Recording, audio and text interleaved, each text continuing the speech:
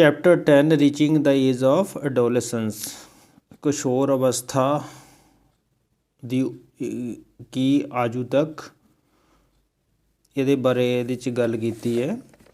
ਪਹਿਲਾਂ ਛੋਟਾ ਬੱਚਾ ਹੁੰਦਾ ਜਦੋਂ 11 ਸਾਲਾਂ ਦੀ ਉਮਰ ਦੇ ਵਿੱਚ ਪਹੁੰਚਦਾ ਤਾਂ ਉਹਦੀ ਬੋਡੀ ਦੇ ਵਿੱਚ ਅਲੱਗ-ਅਲੱਗ ਬਦਲਾਵ ਆਉਣੇ ਸ਼ੁਰੂ ਹੋ ਜਾਂਦੇ ਨੇ। ਇਹ ਜਿਹੜੇ ਐਡੋਲੈਸੈਂਸ ਏਜ ਹੈਗੀ ਹੈ ਇਹ ਹੁੰਦੀ ਹੈ 11 ਸਾਲਾਂ ਤੋਂ ਲੈ ਕੇ 18 ਜਾਂ 19 ਸਾਲ ਤੱਕ ਚੱਲਦੀ ਹੈ। ਕਿਸ਼ੋਰ ਅਵਸਥਾ ਦੀ ਉਮਰ 11 ਤੋਂ 18 ਜਾਂ 19 ਸਾਲ ਤੱਕ ਆਉਂਦੀ। ਇਸ ਦੌਰਾਨ ਬੋਡੀ ਦੇ ਵਿੱਚ ਕਈ ਤਰ੍ਹਾਂ ਦੇ ਬਦਲਾਵ ਆਉਂਦੇ ਨੇ। ਇਹਦੇ ਨਾਲ ਜਿਹੜੇ ਸੈਕਸ ਹਾਰਮੋਨਸ ਆ ਉਹ ਡਿਵੈਲਪ ਹੋਣੇ ਸ਼ੁਰੂ ਹੋ ਜਾਂਦੇ ਨੇ। ਲਿੰਗ ਗ੍ਰੰਥੀਆਂ ਡਿਵੈਲਪ ਹੋਣੀਆਂ ਸ਼ੁਰੂ ਹੋ ਜਾਂਦੀਆਂ ਨੇ। ਲੜਕੇ ਔਰ ਲੜਕੀਆਂ ਦੇ ਵਿੱਚ ਅਲੱਗ-ਅਲੱਗ ਬਦਲਾਵ ਆਉਣੇ ਸ਼ੁਰੂ ਹੋ ਜਾਂਦੇ ਨੇ। ਇਸ ਚੈਪਟਰ ਦੇ ਵਿੱਚ ਜਿਹੜੀ ਮੈਂ ਮੇਨ ਗੱਲ ਕਰਨੀ ਚਾਹੁੰਦਾ ਉਹ ਹੈ ਹਾਰਮੋਨਸ ਦੀ। ਉਹ ਇੱਥੇ hormones hormones the chapter hormones and other than sex hormones. ਇੱਥੇ ਹਾਰਮੋਨਸ ਦੀ ਇਹ ਗੱਲ ਕਰ ਰਿਹਾ ਜਿਹੜੇ ਸੈਕਸ ਹਾਰਮੋਨਸ ਤੋਂ ਅਲੱਗ ਵੀ ਸਾਡੀ ਬੋਡੀ ਦੇ ਅੰਦਰ ਕੰਮ ਕਰਦੇ ਨੇ। ਹੁਣ ਇਹਨੂੰ ਮੈਂ ਚੰਗੀ ਤਰ੍ਹਾਂ ਸਮਝਾਉਣਾ ਚਾਹੁੰਦਾ ਵੀ ਹਾਰਮੋਨਸ ਕਿਹਨੂੰ ਕਹਿੰਦੇ ਆ। ਲਓ ਪਹਿਲਾਂ ਦੇਖੀਏ ਹਾਰਮੋਨਸ ਹੈ ਕੀ ਹੈ। Hormones are chemical substances which are directly released into the blood stream and are responsible for changes in the adolescence. ਕਹਿੰਦਾ ਸਰੀਰ ਦੇ ਵਿੱਚ ਕਈ ਤਰ੍ਹਾਂ ਦੇ ਰਸਾਇਣਿਕ ਪਦਾਰਥ ਬਣਦੇ ਨੇ ਵੱਖਰੀਆਂ ਜਗ੍ਹਾ 'ਤੇ ਔਰ ਉਹ ਅਲੱਗ-ਅਲੱਗ ਜਿਹੜੀਆਂ ਬੋਡੀ ਦੇ ਚੇਂਜਿਸ ਹੈ ਬੋਡੀ ਦੇ ਵਿੱਚ ਜਿਹੜੇ ਬਦਲਾਵ ਆਉਂਦੇ ਨੇ ਜਿੱਦਾਂ ਦਾੜੀ ਆਉਂਦੀ ਮੁੱਛਾਂ ਆਉਂਦੀਆਂ ਸੈਕਸ ਔਰਗਨਸ ਡਿਵੈਲਪ ਹੁੰਦੇ ਨੇ। ਇਹ ਸਾਰੀਆਂ ਜਿਹੜੀਆਂ ਸਰੀਰ ਦੀਆਂ ਕਿਰਿਆਵਾਂ ਇਹਨੂੰ ਜਿਹੜੇ ਇੱਕ ਖਾਸ ਰਸਾਇਣਿਕ ਪਦਾਰਥ ਜਿਹੜੇ ਨਿਯੰਤਰਿਤ ਕਰਦੇ ਨੇ ਉਹਨਾਂ ਨੂੰ ਅਸੀਂ ਹਾਰਮੋਨਸ ਕਹਿੰਦੇ ਹਾਂ। ਲਓ ਇੱਕ ਗੱਲ ਇੱਥੇ ਗਲੈਂਡਸ ਦੀ ਸਮਝ ਲਈਏ ਪਹਿਲਾਂ। ਗਲੈਂਡਸ ਕੀ ਹੈ? ਗਲੈਂਡਸ ਇਹ ਔਰਗਨਸ ਆ ਜਿੱਦਾਂ ਸਾਡੇ ਬੋਡੀ ਦੇ ਅੰਦਰ ਦਿਲ ਹੈ, ਲਿਵਰ ਹੈ, ਇਹ ਪੈਂਕੜੀਆਜ਼ ਹੈ, ਇਹ ਸਾਰੇ ਕੀ ਨੇ? ਗਲੈਂਡਸ। ਗਲੈਂਡਸ ਇੱਕ ਔਰਗਨਸ ਨੇ, ਇੱਕ ਅੰਗ ਨੇ ਸਾਡੀ ਬੋਡੀ ਦੇ ਅੰਦਰ। ਜਿਸ ਤਰ੍ਹਾਂ ਮੈਂ ਦੱਸਿਆ ਕਹਿੰਦਾ glands in are organs which secrete different hormones. ਇਹ ਜਿਹੜੇ ਗਲੈਂਡਸ ਨੇ ਇਹ ਕਈ ਤਰ੍ਹਾਂ ਦੇ ਹਾਰਮੋਨਸ ਛੱਡਦੇ ਨੇ ਇਨ ਅਵਰ ਬੋਡੀ। ਦੋ ਤਰ੍ਹਾਂ ਦੇ ਇਹ ਟੂ ਟਾਈਪਸ ਆਫ ਗਲੈਂਡਸ ਹੈ। ਐਂਡੋਕਰਾਈਨ ਗਲੈਂਡਸ ਅੰਤਰਸਤਰਾਵੀ ਗ੍ਰੰਥੀਆਂ are glands that secrete hormones with ducts. ਜਿਹੜੀ ਨਾਲਿਕਾ ਰਾਹੀਂ ਹਾਰਮੋਨਸ ਛੱਡਦੀਆਂ ਨੇ that is directly into blood stream ਜਿਹੜੇ ਬਲੱਡ ਸਟ੍ਰੀਮ ਦੇ ਵਿੱਚ ਜਾਂਦੇ ਨੇ। ਹੁਣ ਉਹ ਕਿਹੜੇ ਨੇ? ਥਾਇਰਾਇਡ ਗ੍ਰੰਥੀਆਂ thyroid glands, pituitary glands, adrenal glands, sex glands. ਅੱਗੇ ਇੱਕ ਹੈ ਐਕਸੋਕਰਾਈਨ ਗਲੈਂਡਸ ਬਾਹਰੀ ਸਤਰਾਵੀ ਗ੍ਰੰਥੀਆਂ। ਉਹ ਕਿਹੜੀਆਂ ਨੇ? Are glands that secrete hormones through duct. ਇਹ ਨਾਲਿਕਾ ਦੇ ਰਾਹੀਂ ਜਿਹੜੀ ਹਾਰਮੋਨਸ ਰਿਲੀਜ਼ ਕਰਦੀਆਂ ਨੇ ਛੱਡਦੀਆਂ ਨੇ। ਦ ਸਕਰੀਟਰੀ products of ਐਕਸੋਕਰਾਈਨ glands R enzymes. ਇਹ ਕੀ ਹੈ? ਐਂਜ਼ਾਈਮਸ ਨੇ, ਮਿਊਕਸ ਹੈ ਅਤੇ ਹੋਰ ਵੀ ਪਦਾਰਥ ਹੋ ਸਕਦੇ ਨੇ। ਉਹ ਕਿਹੜੇ ਨੇ? ਸੈਲਿਵਰੀ ਗਲੈਂਡਸ, ਲਿਵਰ, ਪੈਂਕੜੀਆਜ਼, ਸਵੈਟ ਗਲੈਂਡਸ। ਸੈਲਵਰੀ ਜਿਹੜੀਆਂ ਲਾਰ ਗ੍ਰੰਥੀਆਂ ਸਾਡੇ ਮੂੰਹ ਦੇ ਵਿੱਚ ਹੁੰਦੀਆਂ ਨੇ। ਲਿਵਰ ਦਾ ਤੁਹਾਨੂੰ ਪਤਾ ਹੀ ਹੈ, ਇਹਨੂੰ ਯਕਰਤ ਵੀ ਕਹਿ ਦਿੰਦੇ ਆ, ਜਿਗਰ ਵੀ ਕਹਿ ਦਿੰਦੇ ਆ। ਪੈਂਕੜੀਆ ਜਿਹੜੀਆਂ ਇਨਸੂਲਿਨ ਛੱਡਦੀਆਂ। ਸਵੈਟ ਗਲੈਂਡਸ ਪਸੀਨੇ ਵਾਲੀਆਂ ਗ੍ਰੰਥੀਆਂ। The main endocrine gland is the pituitary gland. Pituitary gland ਇਹ ਵਿੱਚ directly secrete the hormone into the blood. ਇੱਕ ਜਿਹੜਾ ਮੇਨ ਜਿਹੜਾ ਮਾਸਟਰ ਗਲੈਂਡ ਹੈਗਾ ਉਹ ਪਿਟਿਊਟਰੀ ਇਹ ਦਿਮਾਗ ਦੇ ਵਿੱਚ ਹੁੰਦਾ। ਇਹਨੂੰ ਆਪਾਂ ਮਾਸਟਰ ਗਲੈਂਡ ਵੀ ਕਹਿ ਦਿੰਦੇ ਆ। ਇਹੀ ਸਾਰਾ ਇਹ ਕਿੱਥੇ ਹੁੰਦਾ? ਹਾਈਪੋਥੈਲਮਸ ਜਿਹੜਾ ਸਾਡਾ ਦਿਮਾਗ ਦੇ ਵਿੱਚ ਹਾਈਪੋਥੈਲਮਸ ਪਾਰਟ ਹੈ ਨਾ ਦਿਮਾਗ ਦਾ ਉੱਥੇ ਪਿਟਿਊਟਰੀ ਗਲੈਂਡ ਹੁੰਦਾ ਹੈ। ਲੋ ਇੱਕ ਵਾਰੀ ਫਿਰ ਦੇਖ ਲਓ ਹਾਰਮੋਨਸ ਕਿੱਥੋਂ ਪੈਦਾ ਹੁੰਦੇ ਆ? ਗਲੈਂਡਸ ਦੇ ਵਿੱਚੋਂ, ਗ੍ਰੰਥੀਆਂ ਦੇ ਵਿੱਚੋਂ। ਗ੍ਰੰਥੀਆਂ ਦੋ ਤਰ੍ਹਾਂ ਦੀਆਂ ਅੰਤਰਸਤਰਾਵੀ ਗ੍ਰੰਥੀਆਂ ਅਤੇ ਬਾਹਰੀ ਸਤਰਾਵੀ ਗ੍ਰੰਥੀਆਂ। ਐਂਡੋਕਰਾਈਨ ਥਾਇਰੋਇਡ ਆ ਗਈ, ਪਿਟਿਊਟਰੀ ਆ ਗਈ, adrenal gland, sex gland. Sex gland ਦੇ ਵਿੱਚ ਦੋ ਤਰ੍ਹਾਂ ਦੀਆਂ ਜਿਹੜੀਆਂ ਓਵਰੀਜ਼ ਫੀਮੇਲ ਦੇ ਵਿੱਚ ਆ ਜਾਣੀਆਂ ਮਾਦਾ ਦੇ ਵਿੱਚ ਐਗਜ਼ ਪੈਦਾ ਕਰਦੀਆਂ। ਟੈਸਟੋਸਟੋਰਨ ਇਹ ਆਦੇ ਮੇਲ ਦੇ ਵਿੱਚ ਆ ਜਾਂਦੇ। ਅੱਗੇ ਐਕਸੋਕਰਾਈਨ ਗਲੈਂਡ ਜਿਹੜੀਆਂ ਹੈਗੀਆਂ ਸੈਲਵਰੀ ਲਾਰ ਗ੍ਰੰਥੀਆਂ। ਲਿਵਰ ਆ ਗਈ, ਯਕਰਤ ਇਹ ਬਾਈਲ ਪੈਦਾ ਕਰਦਾ। ਪੈਂਕੜੀਆਜ਼ ਇਨਸੂਲਿਨ ਪੈਦਾ ਕਰਦੀ ਹੈ। ਸਵੈਟ ਗਲੈਂਡ ਪਸੀਨੇ ਵਾਲੀਆਂ ਗ੍ਰੰਥੀਆਂ ਜਿਹੜੀ ਬਾਡੀ ਦੇ ਟੈਂਪਰੇਚਰ ਨੂੰ ਕੰਟਰੋਲ ਕਰਦੀਆਂ ਨੇ। ਜਿਹੜੀਆਂ ਸੈਲਵਰੀ ਗਲੈਂਡਸ ਹੈਗੀਆਂ ਨੇ ਲਾਰ ਗ੍ਰੰਥੀਆਂ ਇਹ ਅਮਾਈਲੇਜ ਪ੍ਰੋਡਿਊਸ ਕਰਦੀਆਂ। ਅਮਾਈਲੇਜ ਕੀ ਕਰਦਾ, ਜਿਹੜਾ ਆਪਾਂ ਸਟਾਰਚ ਖਾਂਦੇ ਆ ਨਾ ਉਹ ਕਿਹਦੇ 'ਚ ਕਨਵਰਟ ਕਰ ਦਿੰਦਾ, ਮੈਲਟੋਜ਼ ਤੇ ਗਲੂਕੋਜ਼ ਦੇ ਵਿੱਚ। ਲੀਵਰ ਦਾ ਕੰਮ ਹੁੰਦਾ ਬਾਈਲ ਨੂੰ ਛੱਡਣਾ, ਬਾਈਲ ਛੱਡਦਾ ਜਿਹੜਾ ਫੂਡ ਨੂੰ ਡਾਈਜੈਸਟ ਕਰਦਾ ਅਤੇ ਵਿਸ਼ੈਲੇ ਪਦਾਰਥਾਂ ਨੂੰ ਵੀ ਸਾਫ਼ ਕਰਦਾ। ਇਸ ਤੋਂ ਬਾਅਦ ਜਿਹੜੇ ਸਵੈਟ ਗਲੈਂਡਸ ਨੇ ਇਹ ਬਾਡੀ ਦੇ ਵਿੱਚੋਂ ਜਿਹੜੇ ਫਾਲਤੂ ਸੋਡੀਅਮ ਅਤੇ ਨਾਈਟ੍ਰੋਜੀਨੀਅਸ ਵੇਸਟ ਹੈ ਉਹ ਬਾਹਰ ਕੱਢਦੇ ਨੇ। ਅਤੇ ਸੈਲਵਰੀ ਗਲੈਂਡ ਦਾ ਇੱਕ ਹੋਰ ਵੀ ਖਾਸ ਕੰਮ ਹੁੰਦਾ, ਟੈਂਪਰੇਚਰ ਨੂੰ ਕੰਟਰੋਲ ਵੀ ਕਰਦੇ ਨੇ। ਜਿਹੜਾ ਸੈਲਵਰੀ ਗਲੈਂਡਸ ਇਹ ਸਵੈਟ ਗਲੈਂਡਸ, ਜਿਹੜੇ ਸਵੈਟ ਗਲੈਂਡ ਆ ਉਹ ਟੈਂਪਰੇਚਰ ਨੂੰ ਕੰਟਰੋਲ ਵੀ ਕਰਦੇ ਨੇ ਬਾਡੀ ਦੇ।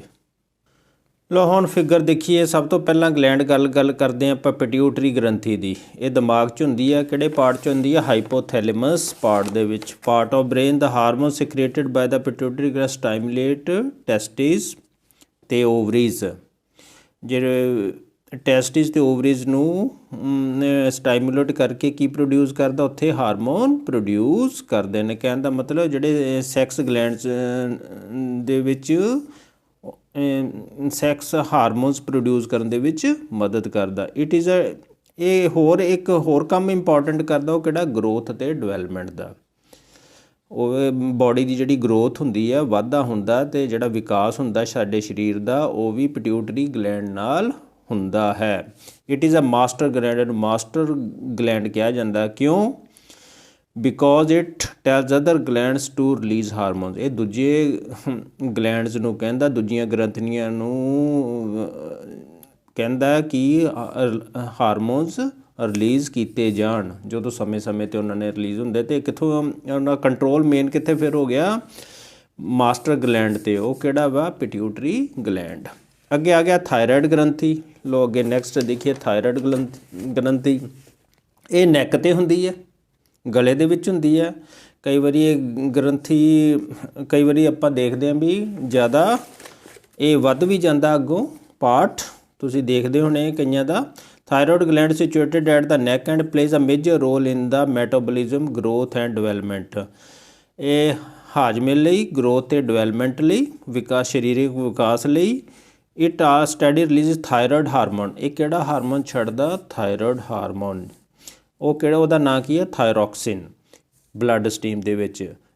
ਹੁਣ ਪ੍ਰੋਬਲਮ ਵਿਦ ਥਾਇਰੋਇਡ, ਜੇ ਥਾਇਰੋਇਡ ਵੱਧ ਜੇ ਜਾਂ ਘੱਟ ਜੇ ਤਾਂ ਉਹਦੇ ਨਾਲ ਵੀ ਪ੍ਰੋਬਲਮਸ ਆਉਂਦੀਆਂ ਨੇ। ਉਹਦੇ ਨਾਲ ਗੀਂਗਾ ਨਾਂ ਦੀ ਬਿਮਾਰੀ ਹੋ ਜਾਂਦੀ ਹੈ। ਗਲਾ ਅੱਗੇ ਨੂੰ ਵੱਧ ਜਾਂਦਾ, ਨੈਕ ਦੇ ਵਿੱਚ ਤੁਸੀਂ ਦੇਖਿਆ ਹੋਣਾ ਕਈਆਂ ਦਾ ਵਧਿਆ ਹੁੰਦਾ।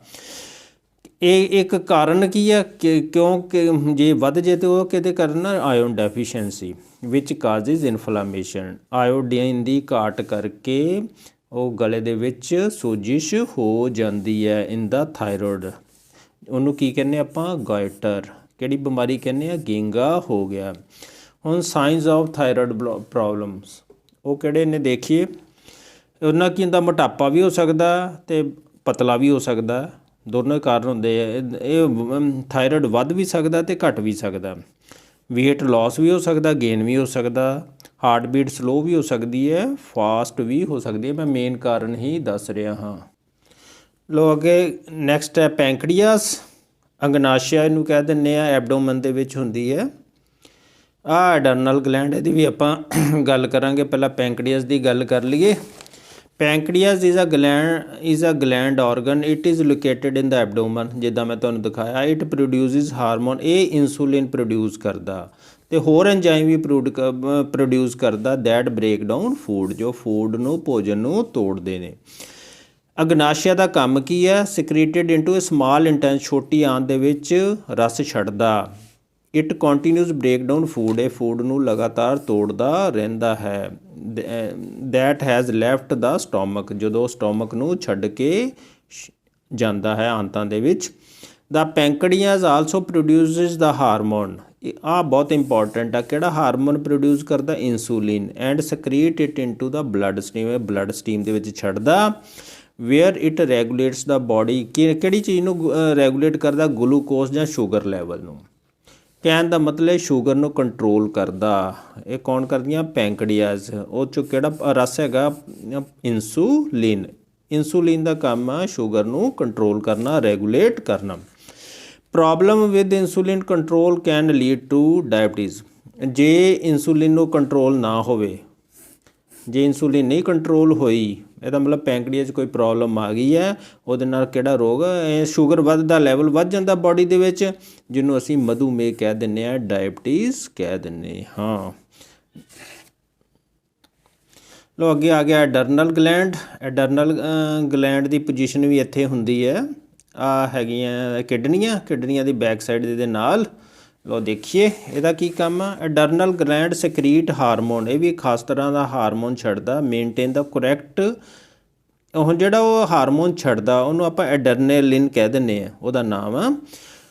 ਇਹ ਕੀ ਕਰਦਾ, ਕਰੈਕਟ ਸਾਲਟ ਬੈਲੈਂਸ, ਜਿਹੜਾ ਸਾਡੀ ਬਾਡੀ ਦੇ ਵਿੱਚ ਲਵਣਾਂ ਦਾ ਬੈਲੈਂਸ ਬਣਾ ਕੇ ਰੱਖਦਾ ਬਲੱਡ ਦੇ ਵਿੱਚ।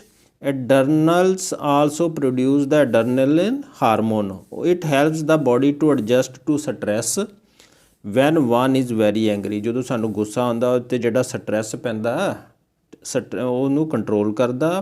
ਜਾਂ ਜੇ ਕਈ ਵਾਰੀ ਆਪਾਂ ਵਰਿਡ ਹੁੰਦੇ ਆ ਤਾਂ ਉਦੋਂ ਸਾਨੂੰ ਉਹਨੂੰ ਓਵਰਕਮ ਕਰਨ ਲਈ ਇਹ ਕੰਟਰੋਲ ਕਰਦਾ, ਖਾਸ ਤਰ੍ਹਾਂ ਦਾ ਹਾਰਮੋਨ ਛੱਡਦਾ ਐਡਰਨਲਿਨ।